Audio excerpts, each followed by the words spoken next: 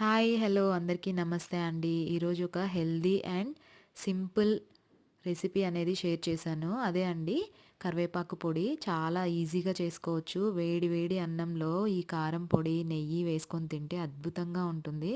మీరు ఎప్పుడూ ట్రై చేయకపోతే డెఫినెట్గా ట్రై చేయండి. చాలా మంచిది. హెల్త్ బెనిఫిట్స్ కూడా చాలా ఉన్నాయి. ఇలాగ గ్లాస్ జార్లో స్టోర్ చేసుకుంటే మనకి ఎక్కువ రోజులు ఫ్రెష్గా ఉంటుంది, నెల రోజుల వరకు కూడా.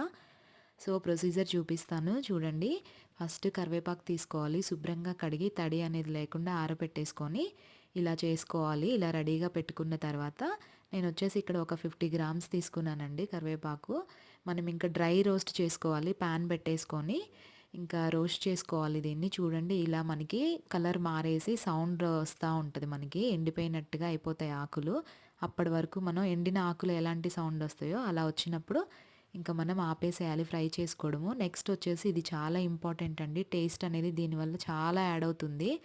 నువ్వులు ఒక 2 టేబుల్ స్పూన్ల నువ్వులు అనేది మనము డ్రై రోస్ట్ చేసుకొని, ఈ నువ్వులు చాలా తొందరగా వేగిపోతాయండి. ఆల్రెడీ ప్యాన్ వేడిగా ఉంది కాబట్టి ఒక్క నిమిషం అలా మనం ఫ్రై చేసుకొని పక్కన పెట్టేసుకోవాలి. నెక్స్ట్ మీ కారంకి తగ్గట్టుగా, నేను ఇక్కడ మా బాబు కూడా తినాలి కాబట్టి ఎక్కువ స్పైస్ వేసుకోను.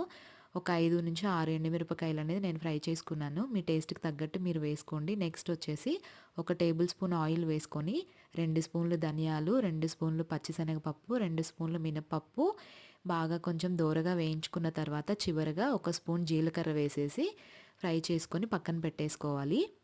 చాలా టేస్ట్ ఉంటుందండి. మనకి కంటి ఆరోగ్యానికి, జుట్టు కోసము ఇంకా చాలా మంచిది. ఎస్పెషల్లీ కరివేపాకు తినకుండా తీసి పక్కన పెట్టేస్తారు కదా, అలాంటి వాళ్ళ కోసం అయితే ఇది ఇంకా బెస్ట్గా ట్రై చేయొచ్చు.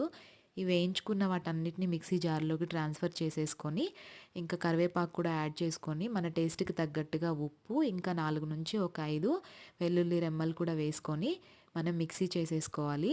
మిక్సీ చేసుకుంటే మనకి కరివేపాకు కారం అనేది రెడీ అయిపోతుంది. మనకి ఇడ్లీ, దోశ అన్ని టిఫిన్స్లోకి కూడా మనకి సైడ్ కాంబినేషన్గా చట్నీకి చాలా బాగుంటుంది. డెఫినెట్గా ట్రై చేయండి. వీడియో నచ్చితే like, share and subscribe to channel. Thank you.